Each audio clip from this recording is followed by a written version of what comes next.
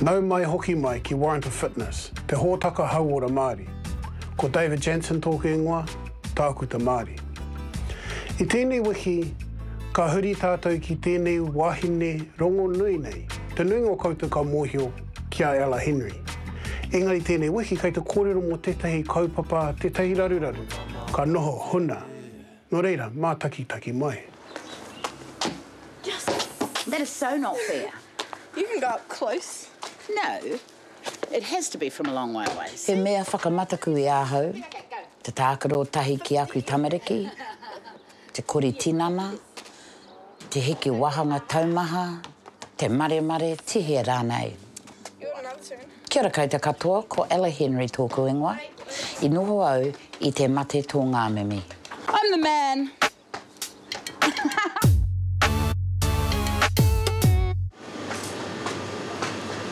Well, I never intended to end up being the poster child for incontinence, but here I am. When I had my first baby about 20 years ago, she had to be born with forceps, and I didn't know at the time, but my pelvic muscles were damaged by the forceps being used because she had fallen asleep while she was being born. I te wā o te whānautanga mai, etahi wā ka riro manga rata rāwaho koe te awhina I te putanga o tō pēpē. He tapu mau ki te ringa ngā kuchi nui. Rite te āhua ki etahi tapu toha hua whenua. E rahi, e maitai. Engari he mea awhina I te putanga o te māhunga o te pēpē. Ka whakamaua ki te māhunga o te pēpē e te tākuta. Ka whānau mai te pēpē I te mahi tahitanga o te whāia me te tākuta. Whārau tau ngā kuchi nui e awhina ana I te whānautanga mai o ngā pēpē. He ua tā tēnei mahi, ka tika me marama koe ki te take o ngā kuchi nui. Ka whakamārama tia ngā uatanga e te tākuta me te mana o tō kupu hei tautoko I te poka.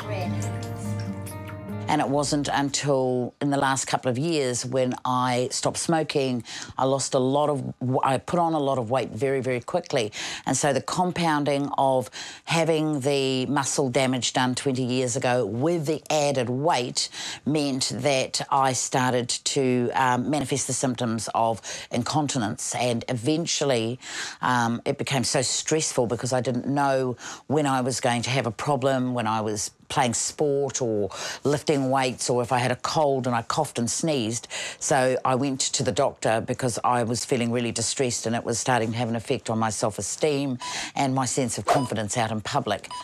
Ko tēnei mate nei e ki nei ko te incontinence, ko te tuku mimi. Ko te taku mōhio nei mo tēnei tūmomo mate, ka ngoi kore nei te ua, ka nanati nei I te tonga mimi.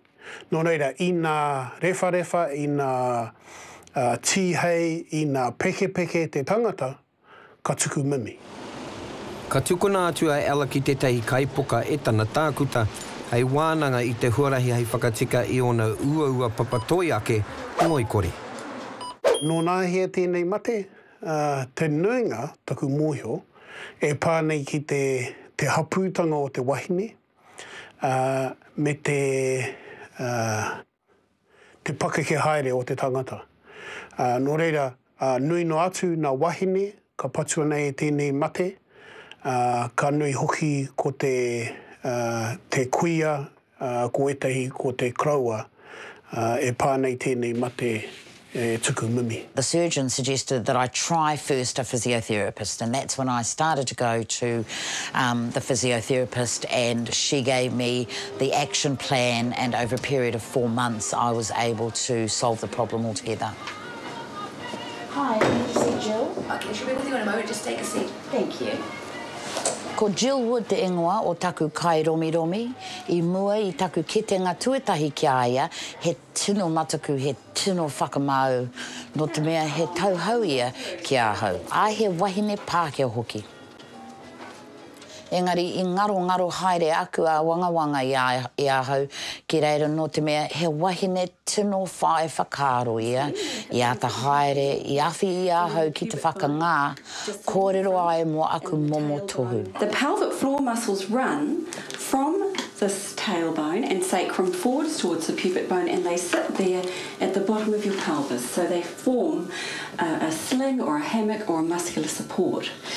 Now, sitting on top of those muscles are your bladder, your womb, and then your rectum, and then everything else is sitting on top. When we have our babies, those muscles are stretched through the pregnancy, and they're also stretched through childbirth.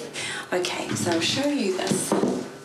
So here's a model with the pelvic floor muscles in it, and just like any muscle, like the biceps muscle or the quadriceps muscle, which we can strengthen up, we can strengthen up these muscles. So just like we go like this to kiss or purse our lips, these muscles do a similar thing to our outlets between our legs.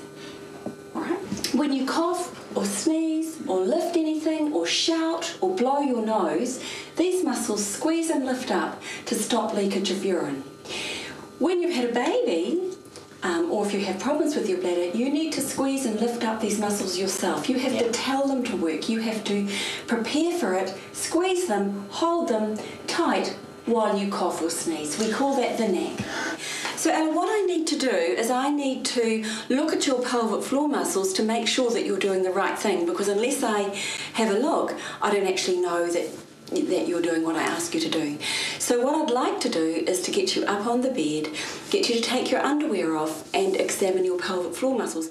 I te tuatahi, e whakahaere ia I tētahi whakamātautau ā-roto kia mōhio mai māua he aha te tino mate ki roto. Examine your pelvic floor muscles. If at any stage you feel uncomfortable or you don't want this to be done, you can tell me and we'll stop the procedure. Okay. Are you happy to do that today? Okay. Would you like... Ki te rapu I ngā maihara motuhake hei whakakaha ki te whakaora I te mate nei. No, when you're ready. I muri I te whakamātautau I whakatakotoa a tākuta Jill I tētahi mahere mahi hei whakaora ora I ahau. I kōrero mai ia ki ahau mō ngā momo maihara kei hea rātau e noho ana he aha o rātau tikanga me e rātu mea. I whakaako I ahau ki te mahi I ngā kori tinana motuhake hei whakakaha I ngā maihara. An embarrassing thing to have done, but it's very important. So from that examination, I discovered what the problem was with your muscles. And one of the problems is that you're holding your breath. And we need to try and learn or teach these muscles how to work without any breath holding, because when you cough or you sneeze, it's a very forced breath out, so the muscles need to know how to lift up on the breath out. Out breath. So what I'm going to ask you to do at home is to practice working your muscles as you breathe out. So let's just sit forward like this with a nice straight back. Think about your bladder opening and vagina, and I want you to have a gentle breath in, and as you breathe out, squeeze and lift up your pelvic floor muscles and hold it there, and if you need to, keep breathing. And now slowly, slowly let those muscles go. So we have the lift up, the hold, and then a slow release. And we try and keep your breathing as normal as possible as we do that.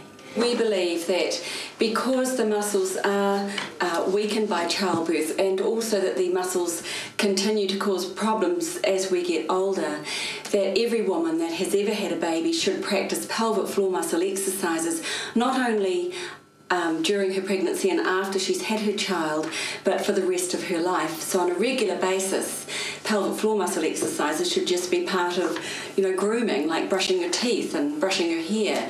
You should practice pelvic floor muscle exercises. Give me a call and keep up with your exercises. Yes, okay. Thank you. Bye. See you. Bye-bye.